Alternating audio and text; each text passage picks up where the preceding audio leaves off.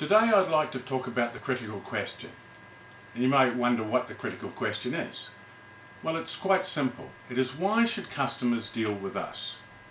You might have heard this termed customer value proposition or unique selling point, but it is very important in today's world because we need to differentiate ourselves from our competitors. Because most products are now commoditized and most services are similar. So we've got to try and make ourselves different and appear different to what our competitors are doing. How can we do this, you might ask? Well, it is quite difficult. But I'd like to talk about a little story which might illustrate the point. When I first went into business, I bought a hotel. And the hotel was in a tourist town where there were lots of other hotels.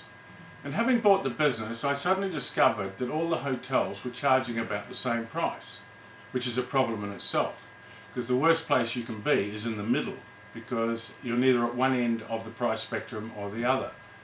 However, I thought, how can I differentiate myself from the other hotels? The first thing I discovered was, in hotel directories, the most expensive hotels are always listed first. You know the thing, 5-star, 4-star, 3-star, 2-star, bring your own tent type hotels. And so I figured if I could make myself the most expensive, I would be at the front end of the directory and more people would see me. This, you would think, is quite simple. However, why would people come to me just because I'm the most expensive?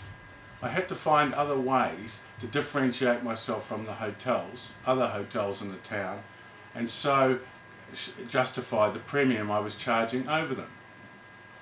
Another thing I noticed was, in most hotels when you book in, they supply coffee, tea, and they give you those little bottles of milk. You know, the UHT type ones? Well, my hotel was in Australia, where milk is quite readily available and quite cheap. And most Australians and other visitors that come to Australia do not actually like UHT milk.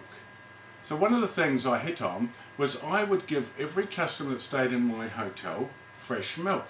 So when you checked in, we pulled out a jug of fresh milk. But that in itself was not enough. We had to add other things. Another thing I noticed when I was booking into hotels, people would give you the key, say, here's your key, go to the 3rd floor and it's the 2nd room on the right. And I would be there with my wife and children and be struggling with bags and everything, trying to get up there. So one of the other things we did is, once we checked people in and poured the milk jug, we then took the people, key in hand, to their room, helping them with their luggage and their children. Another benefit of doing this was I could get into the room and check that the quality of the room was fine, that the cleaners hadn't left anything there, that everything was in ship shape. So I would make a display of putting the milk in the fridge, checking the room, helping them settle in, and then go back down to the reception. What happened after this was that we got a reputation amongst a lot of people. You should stay at this hotel because they actually give you fresh milk. So it was a very small thing. It cost me 40 cents to give fresh milk and got me a $20 premium on the price of the room. I differentiated myself from the rest, and therefore people started coming to me, and often it was because of word of mouth.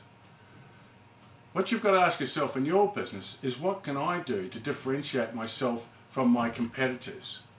And then answer the question, why would people come to me? Just saying we give extra good service, go the extra mile, etc., doesn't cut it, because everybody says the same thing. Look into your business and find out what you can do uniquely that differentiates you from your competitor, and then work on that strength and try and build more business. Thank you.